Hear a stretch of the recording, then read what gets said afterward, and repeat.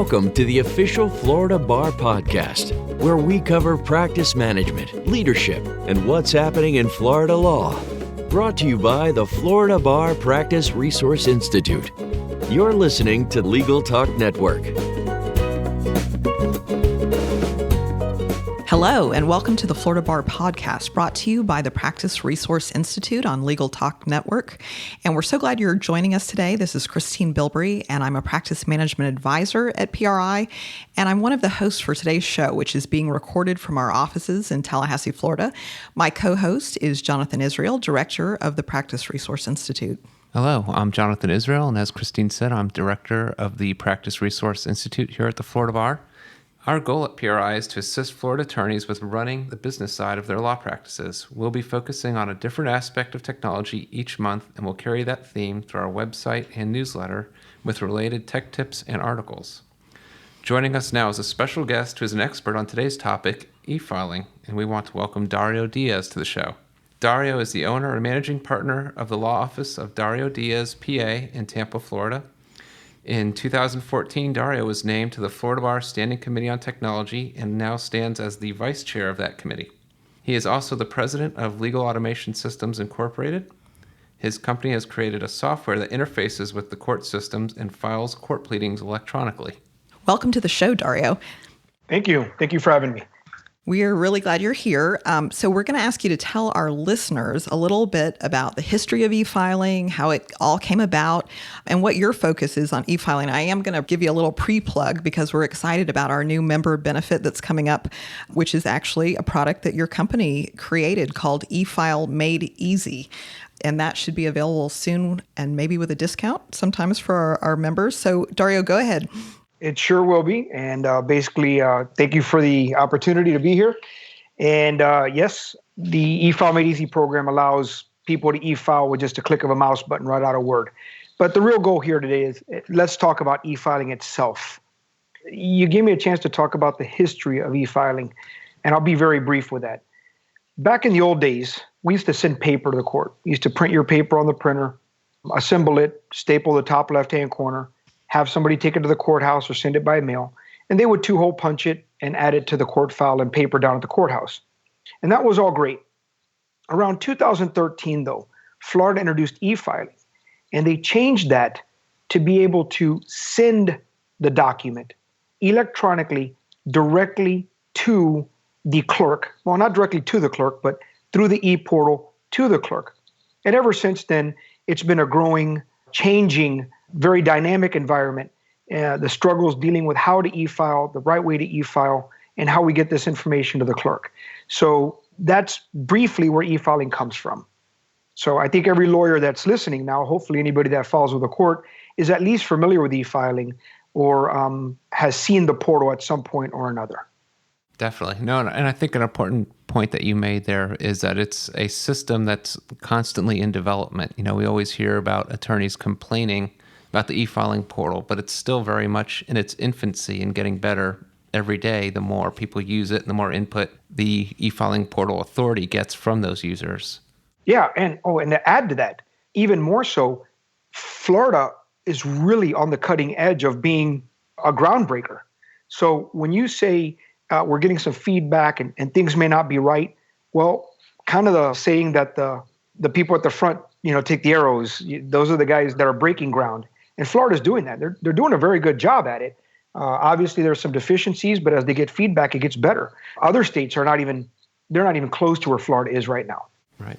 And I think, Dario, some of the pain points that we hear from attorneys is not really understanding the system and maybe some of the standards that they need to follow when they're filing through it. Can you give us maybe a rundown of what some of those might be, or maybe give them some guidance on where to find those? Sure. I've been a managing partner since 1999. And there's something that I've learned about lawyers, and that is, generally speaking, we're not the most tech-savvy people around. And I get it. Everybody's busy. You got a lot of work to do. Your practice is busy. You don't have a chance to really learn what type of PDF you want to submit to the portal. It's sort of a let's get it done. It's not something that a lawyer wants to focus on. But briefly, when you are preparing your file, there are a couple of critical things that you want to deal with right off the bat. The first thing is you want to make sure that your file is a PDF. I know that the portal will accept doc and docx files. I strongly advise everyone hearing this or anybody filing with ePortal, don't submit docx and doc files. It's not a good practice. The file is filled with stuff you don't want other people having. And obviously the portal is subject to public disclosure laws, to records keeping and records retention, and giving them your raw file is not particularly advisable. So let's focus on the PDF standard. Before you submit your files to the portal, make them a PDF. Now, this is where you get a lot of attorneys that don't really understand the difference between a good PDF and a not good PDF. If you print your document and you scan it into a scanner, it's a bad PDF. Nobody likes it. The portal doesn't like it. The clerks don't like it. The ADA doesn't like it. It violates all the rules. Your documents that you submit to the ePortal must be text searchable. That means that if you create your PDF directly out of Word or WordPerfect, you're fine. But if you're printing your document and rescanning it and sending it to the ePortal, you are not in compliance. Don't do that. You're wasting time, you're wasting resources, you're wasting space, and nobody likes you for doing it. So don't do it. I was just going to ask, the other hot topic on this area is metadata, the buzzword metadata that terrifies people. So can you tell our listeners where that shows up in this whole process? Sure. Metadata is, think about metadata, for those of us that are old enough to remember the Dewey Decimal at the library. It's data about data. It's something that helps you find or define something else. So when you make your pleading a PDF, you're providing yourself some production. And one of the things I ask people to do is search, get on Google and search for yo-yo brain judge. When you do that, you're going to find a case of an attorney that typed in, this is a yo-yo brain judge, and then took it out, thought it was funny, and they submitted the document. Well, in the metadata, that remains, because metadata is what the document carries along with it. Well, the judge found out, and obviously, when you call a judge a yo-yo brain judge, it doesn't bode well for you in your case. So scrubbing metadata is not a particularly easy thing to do. There are manual steps to it, and there's some software out there that does it, but metadata is a concern, and you can scrub it from a program like Acrobat Pro, which is not the free version of Adobe Reader that everybody just downloads for free. It's actually the version you have to purchase. But careful with metadata, because you may be sending people stuff you don't want them to have. So, and that is an issue, and lawyers are responsible for that. And to be very honest with you, in our business, a lot of people, even though they're not supposed to look for it, people look for an upper hand. And you can't underestimate the fact that your opponent is going to search for metadata to see certain things that you may not want them to know about your computer, about where it was created, about how it was created. Do you use a third party to create your documents?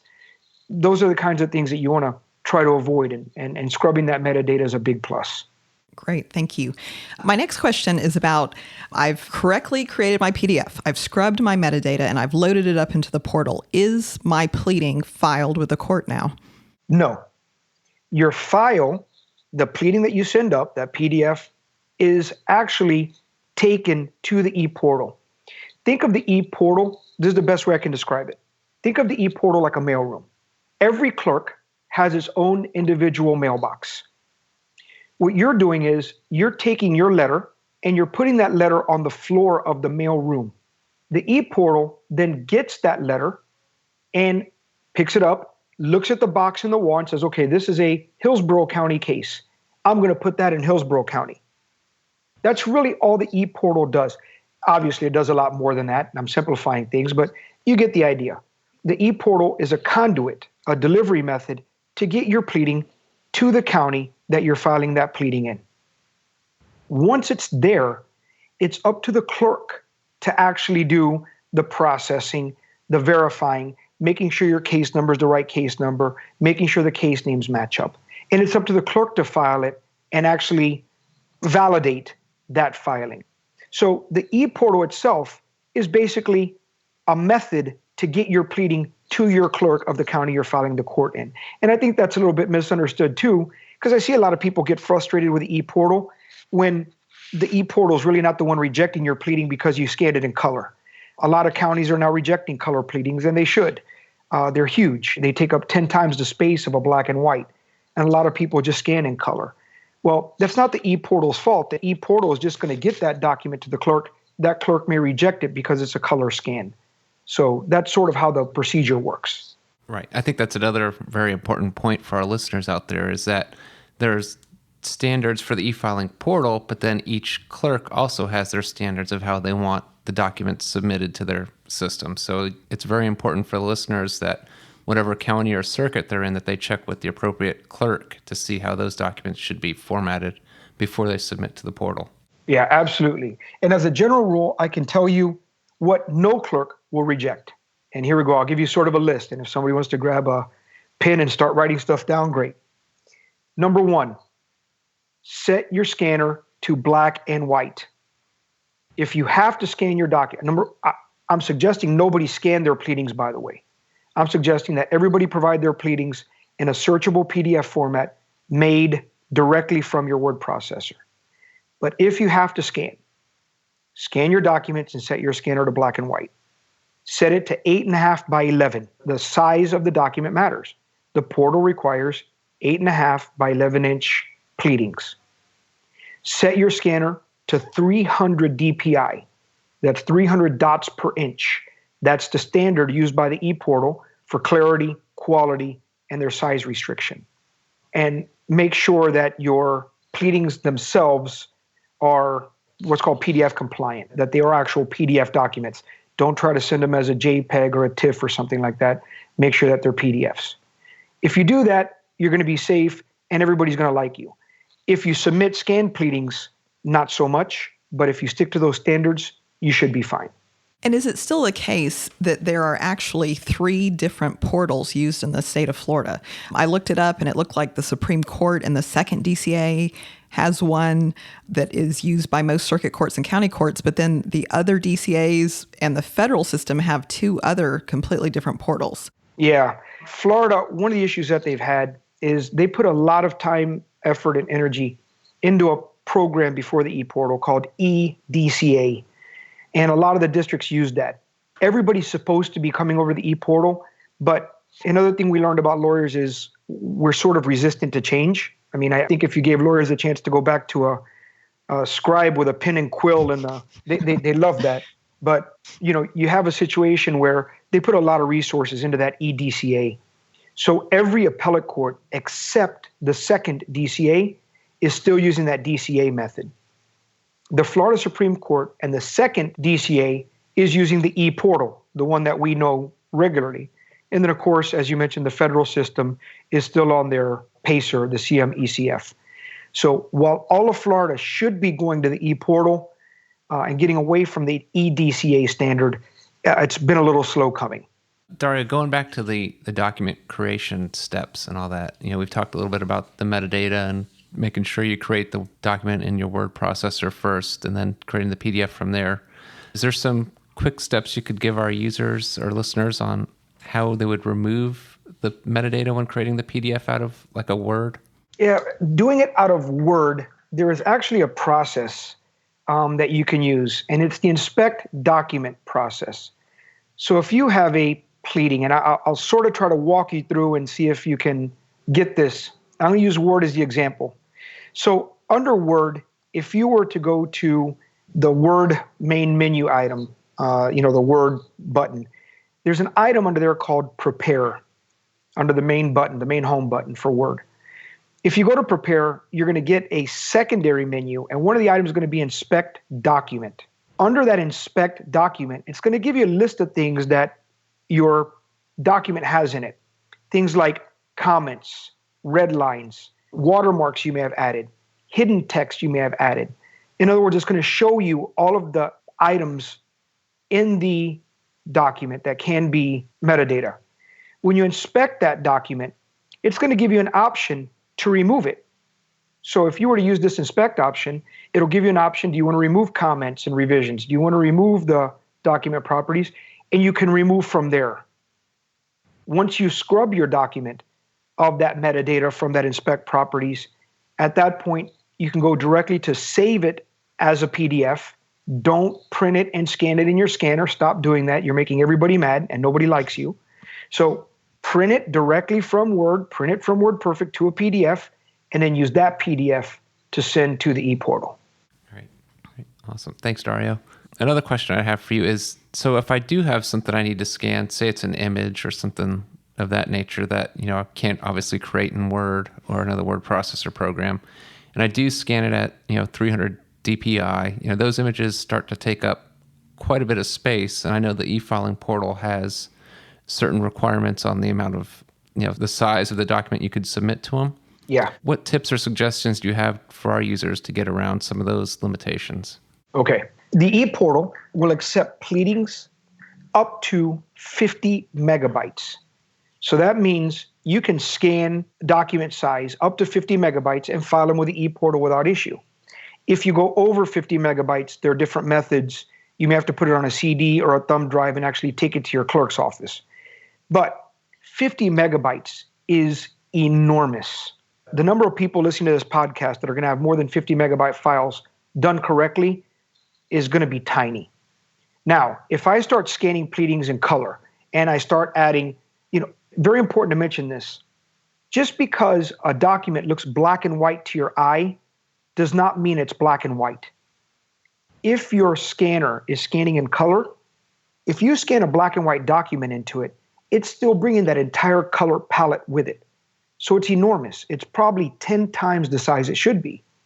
So even if it looks black and white to your eye, don't think that it's a black and white document. So when you scan your pleadings, scan them as black and white. When you're actually preparing your pleadings, there is an option available in almost every PDF, whether it's Adobe Reader, Adobe Pro, Acrobat Pro, whatever it is, that has smallest file size. So let's say you have an enormous document. Open it with your PDF reader and then save as, and use your properties button and save as smallest file size. What that's going to do is it's going to take that PDF document and it's going to take out a bunch of the stuff you don't need. So let's say, you're making it compatible and you want to go back to Adobe 2.0, which is, 15 years ago. You don't need all that stuff. You can just make it compatible for Adobe, maybe 9 and above. Well, that'll really shrink your file size.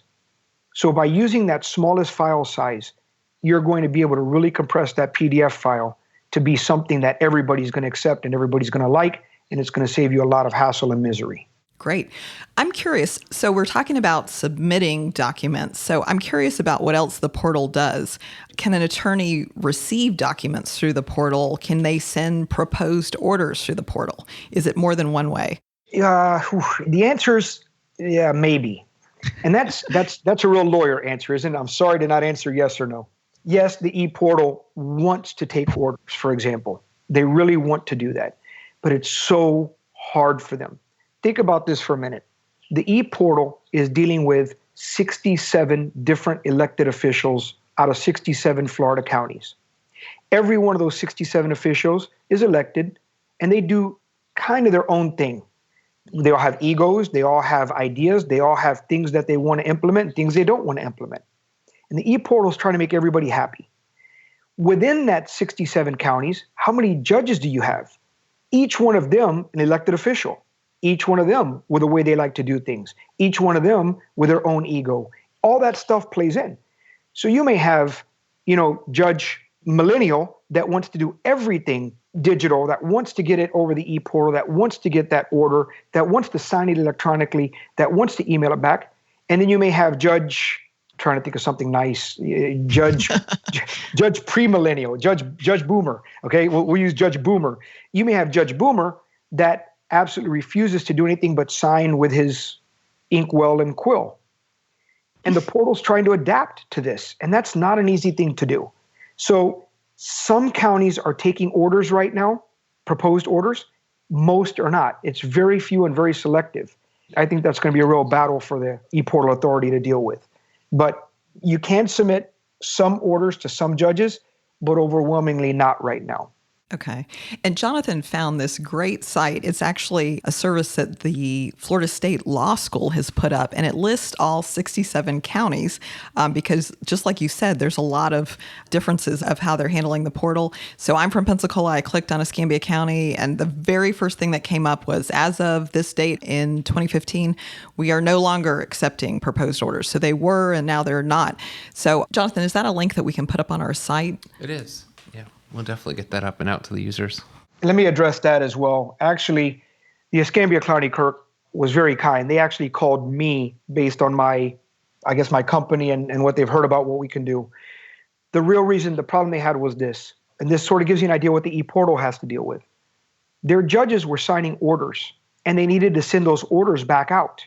But they had no way to get those email addresses for all the people.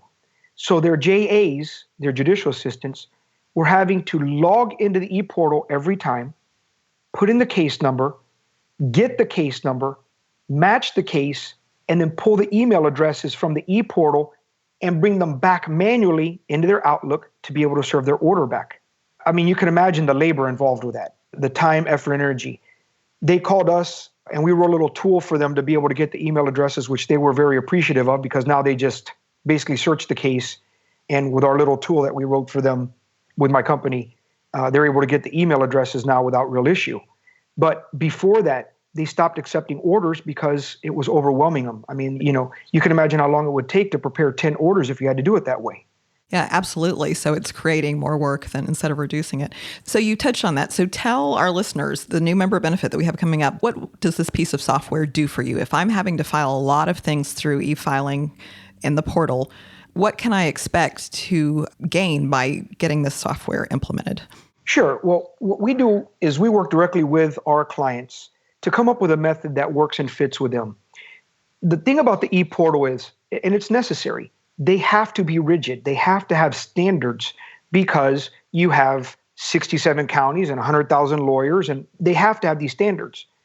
Well, as a company, I can adjust and adapt to my client in order to provide that to the ePortal in that fixed way. So basically what we've done with eFileMadeEasy is we created a basic click out of Word that e-files and e-serves your documents. And as a result, along the way, we've created a system where our clients can bulk prepare their pleadings. They can get their pleadings on their end. And let's say they have 100 different things they want to file that day. They can prepare them and send that entire 100 to us at one time. We will then take those and we'll file them with the ePortal for them directly. So it takes a process that might take somebody quite amount of time to prepare on their end. And I've cut it down to just basically a minute or not even a couple of minutes. If you're filing a pleading, with a button click, you've e-filed and e-served your document in about 3 seconds with our service. But the idea is that we can create that conduit to make it a clean, with all your pleadings prepared perfectly. Our software cleans out the metadata automatically. All that's done for you. It's all prepared correctly. Everything is made to standards and everything is submitted directly to the ePortal the way that they like it. And that's sort of what I've done is I facilitated all those steps of having to prepare the documents. Wow, that's great. And I've seen it in person, so I know that it's going to be a great service to our members once it's out there and available for them. So yeah, we're excited about it. Obviously, the process of becoming a member benefit took over a year. And that committee, all those guys are mean. I mean, they're just mean people. Wow. They really, I can tell you this. I will tell you this after going through and after taking my bites, they really look after the Florida Bar members. They're not going to let anything make it through that's not well vetted. Those guys they're tough guys. Right. So, kudos to them. I wish they would have been nicer to me, but I'm glad they did what they did. That's true. Our first concern are our members. We really do want to bring them the best products. They make sure of that. I can tell you that personally. They make sure of that, and I've got the scrap marks to show it. Well, we're still grateful that you persevered through it, and so we're excited that that's going to be available. And it looks like we've reached the end of our program, and I want to thank Dario Diaz for joining us today. Thank you for having me. My pleasure. So if our listeners have more questions for you or they want to follow up, how can they reach you, Dario? They can reach me through my website at eFileMadeEasy.com. They can reach me at my law office. I'm listed with the bar registry. They're welcome to look me up. It's Dario Diaz, Dario Diaz. And I always hold a hand out. I extend a hand to help anybody that might need it. They can call me personally, and I will speak with them on an issue of this. It's part of the commitment I've made to the Florida Bar Committee that I'm on. That's wonderful. Thank you so much. This has been another edition of the Florida Bar Podcast, brought to you by the Practice Resource Institute on Legal Talk Network. The Practice Resource Institute is the law office and law practice management service of the Florida Bar. For assistance, please contact the Florida Bar's Practice Resource Institute to speak with a practice management advisor. PRI can be reached from 8 a.m. until 5:30 p.m. Monday through Friday. You can reach us by phone at 866-730-2020, email at prisupport@floridabar.org, or you can live chat us via the PRI website at pri.floridabar.org. I'm Christine Bilbrey. And I'm Jonathon Israel. We thank you for listening, and until next time. The views expressed by the participants of this program are their own and do not represent the views of, nor are they endorsed by, Legal Talk Network, its officers, directors, employees, agents, representatives, shareholders, and subsidiaries. None of the content should be considered legal advice. As always, consult a lawyer. Thanks for listening to the official Florida Bar Podcast, brought to you by the Florida Bar Practice Resource Institute and produced by the broadcast professionals at Legal Talk Network. Subscribe to the RSS feed on LegalTalkNetwork.com or in iTunes.